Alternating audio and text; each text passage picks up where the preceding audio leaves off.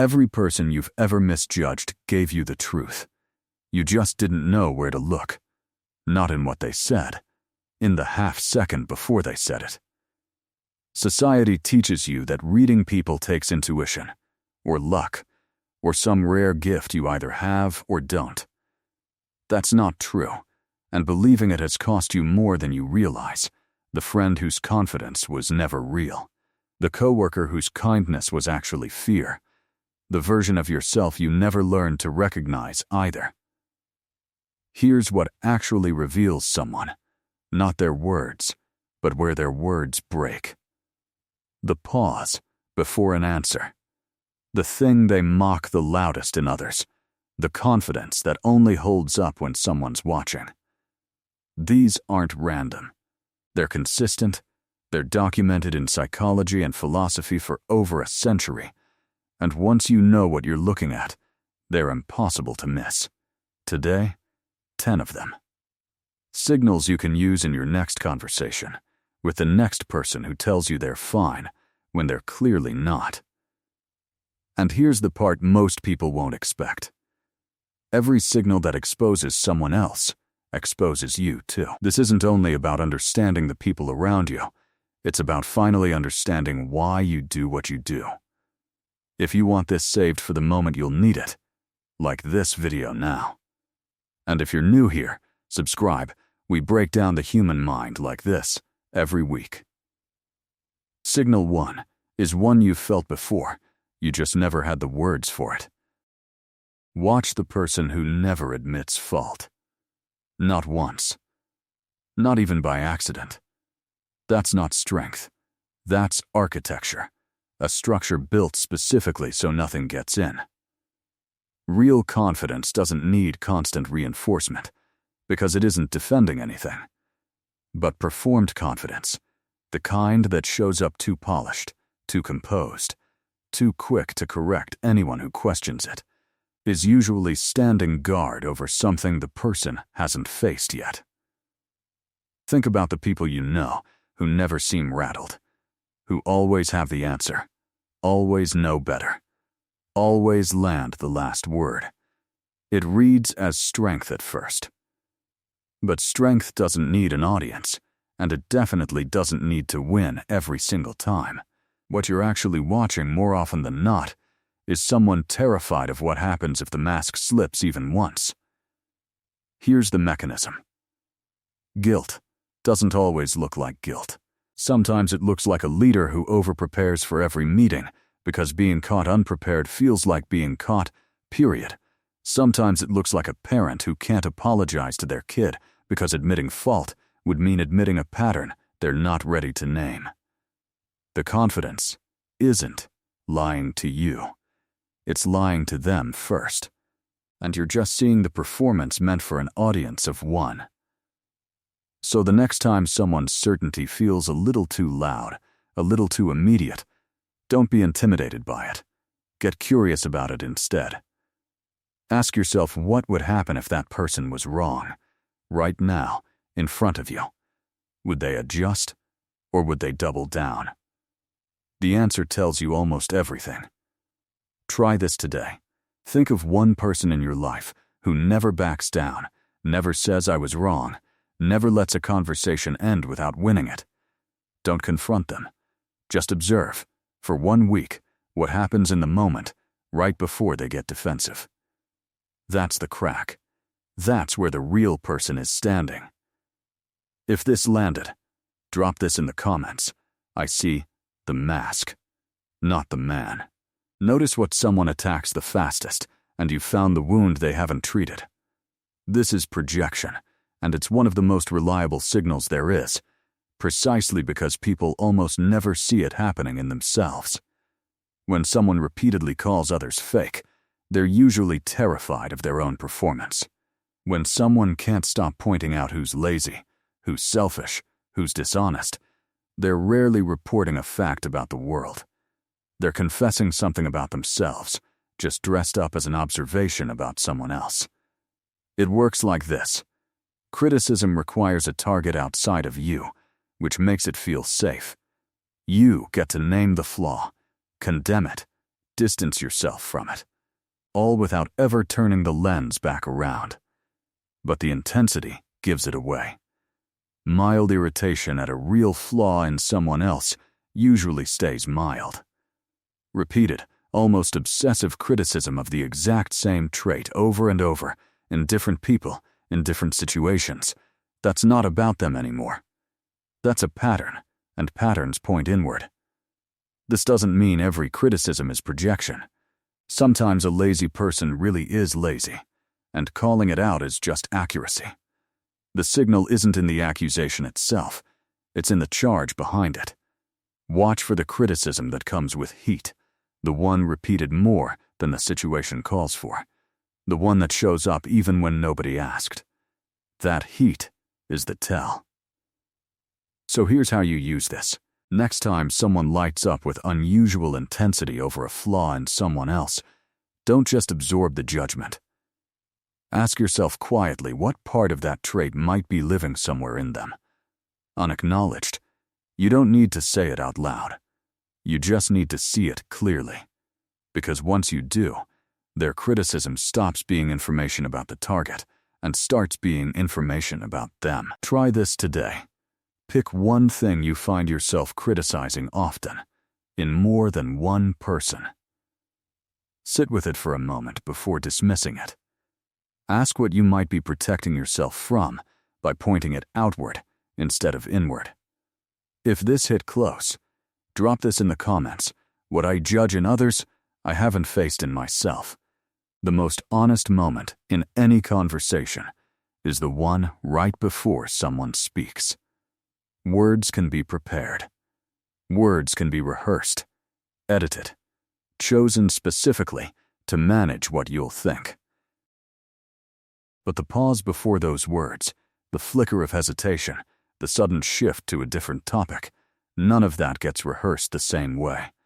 It happens too fast for the mask to catch up. If you want to know what someone actually believes, don't just listen to what they say. Watch what they do right before they say it. This shows up everywhere once you start looking. Someone asked a direct question who suddenly needs to think about it for way longer than the question requires. Someone who answers everything except the actual thing you asked. Someone who laughs, just slightly too long, right after a comment that clearly landed somewhere real.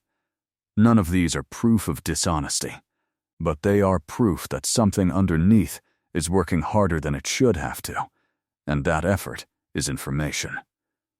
Here's why this matters more than people realize.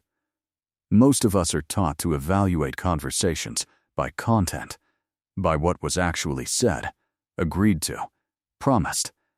But content is the part of communication people have the most control over. The silence around it, the timing, the avoidance, that's the part almost nobody can fully manage, which makes it far more reliable. Try this the next time you're in a conversation that matters. Instead of only tracking the words, track the gaps. Where does the person speed up? Where do they slow down or go quiet? Where do they change the subject just slightly too fast? You're not trying to catch anyone in a lie. You're learning to read the parts of the conversation that were never meant to be spoken out loud. Practice this today in one real conversation. Ask a question that requires some honesty. Then, say nothing. Let the silence sit for 3 full seconds longer than feels comfortable. Watch what happens in that extra silence. That's usually where the truth was hiding. If this changed how you'll listen, comment. Silence tells me what words won't. For some people, losing an argument doesn't feel like being wrong. It feels like being unworthy. That's the difference between someone who debates and someone who defends. Debating is about the idea. Defending is about survival. And when you meet someone who cannot, under any circumstances, let a conversation end without winning, you're not looking at intelligence or passion. You're looking at a nervous system that learned, somewhere early, that being wrong came with a cost too painful to risk again. This usually traces back further than the argument in front of you. Somewhere along the way, Being wrong got tangled up with being unloved. A child corrected too harshly. A mistake met with disappointment instead of patience. Over time, the lesson wasn't I made an error. It became, I am the error. And once that belief settles in, every disagreement as an adult stops being about facts. It becomes a referendum on whether they're still allowed to be loved. You can see this most clearly in how someone responds to being proven wrong. Someone secure might feel a flicker of embarrassment, then move on. Someone carrying this fear will pivot, deflect, change the subject, or attack the person who pointed it out. Anything to avoid sitting in that feeling for even a second. The intensity of the reaction is rarely about the size of the mistake. It's about how much that mistake threatens their sense of being acceptable at all. Understanding this changes how you deal with people who can't back down. You stop taking their defensiveness personally, because it was never really about you or the argument. It was about a much older fear showing up in a much smaller moment. Try this today. Next time you're tempted to prove someone wrong just to prove it, pause. Ask what you actually want from that moment, being right or being understood. Notice how different those two goals feel once you separate them. If this resonated, comment, I don't need to win. I need to be seen. Not all kindness comes from love. Some of it comes from fear dressed up as generosity. There's a version of kindness that flows freely, without keeping score, without needing anything back. And then there's a version that looks the same on the surface, but functions completely differently underneath. That second kind isn't given. It's paid, like a toll, to keep the peace, avoid conflict, or stay safe in a relationship where saying no once felt dangerous. You've probably met someone who agrees to everything, apologizes for things that weren't their fault, and seems physically uncomfortable the moment tension enters a room. It looks like patience. It often gets praised as selflessness, but underneath, it can be something much closer to a survival strategy, one built by someone who learned early that being agreeable was the price of being accepted. And being difficult meant risking the relationship altogether. Here's what makes this hard to spot. This kind of kindness rarely looks desperate. It looks polished, generous, even admirable. The person offering it usually isn't aware they're doing it either. They just feel a quiet dread at the thought of disappointing someone, and generosity becomes the fastest way to make that dread go away. Over time, this pattern doesn't build closeness, it builds resentment, because a person can only override their own needs for so long before something inside starts keeping count. The signal to watch for isn't kindness itself. It's kindness that shows up even when it costs the person something real. Kindness they can't seem to turn off. Kindness followed by visible relief once the other person seems happy again. That relief is the tell. It reveals that the kindness was never just a gift. It was also a negotiation for safety. Try this today. Notice one moment where you say yes, purely to avoid discomfort, not because you actually want to. Don't change your answer.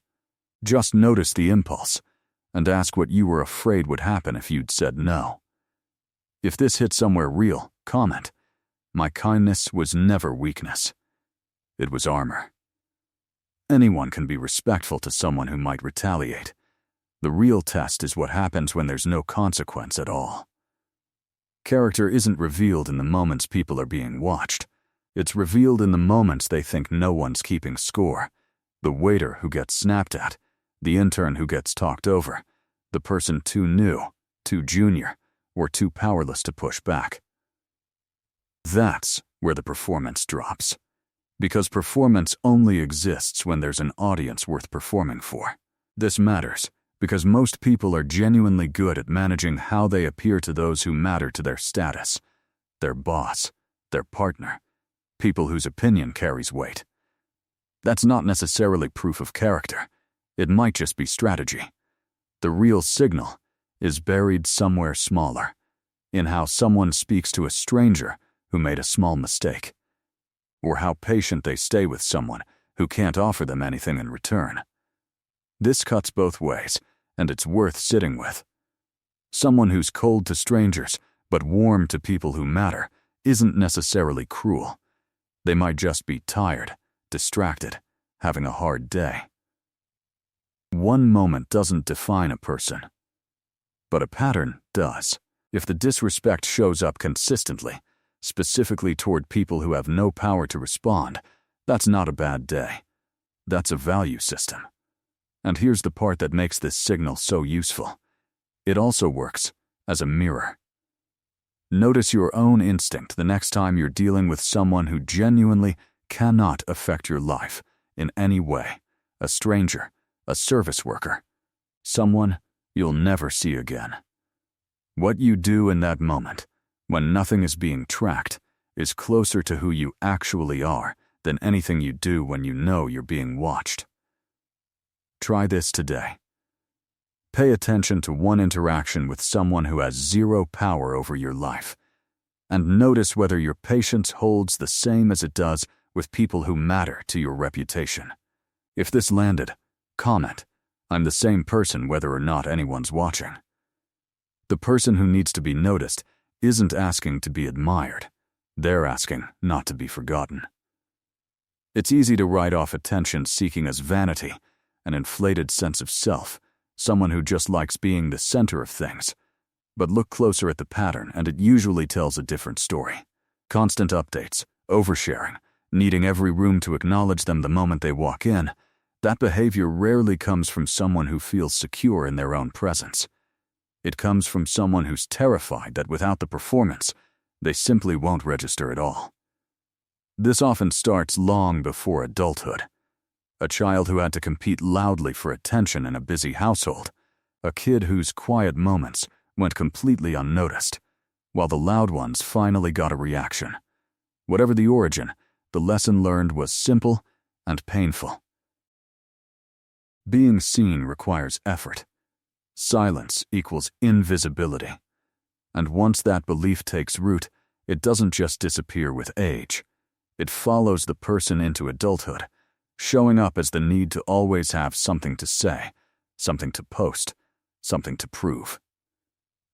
Here's what makes this pattern easy to misread. From the outside, it looks like confidence, sometimes even arrogance. But confidence doesn't need constant reinforcement. It exists quietly, without requiring a witness. What you're actually looking at, more often than not, is someone whose sense of existing depends on being acknowledged, over and over, because somewhere along the way, being unnoticed felt dangerously close to not existing at all. Once you see this pattern, it becomes almost impossible to feel annoyed by it in the same way. Instead of irritation, you start feeling something closer to recognition. That loud coworker, that friend who dominates every conversation, isn't trying to take up space out of arrogance. They're trying to prove they still have a place in it. Try this today. Next time someone seems to be performing harder than the moment calls for, resist the urge to roll your eyes. Ask instead what invisibility might have felt like to them once.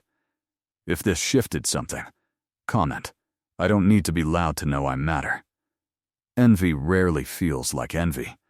It usually feels like irritation you can't quite explain. Someone posts about a life change, a bold decision, a risk that paid off, and something in you tightens. You might call it annoyance, or say they're showing off, or find some flaw to focus on instead of sitting with the discomfort directly. But that reaction almost never has much to do with them. It has everything to do with a version of yourself you decided, at some point, wasn't safe or possible to become. This is one of the harder truths to sit with, because envy carries so much shame that most people won't even name it as envy. It gets relabeled instantly, as judgment, as skepticism, as that's just not realistic. But underneath the relabeling, The actual feeling is closer to grief. Watching someone else live out a version of freedom, confidence, or risk that you once wanted for yourself and quietly gave up on doesn't just sting. It reminds you of the door you decided to close.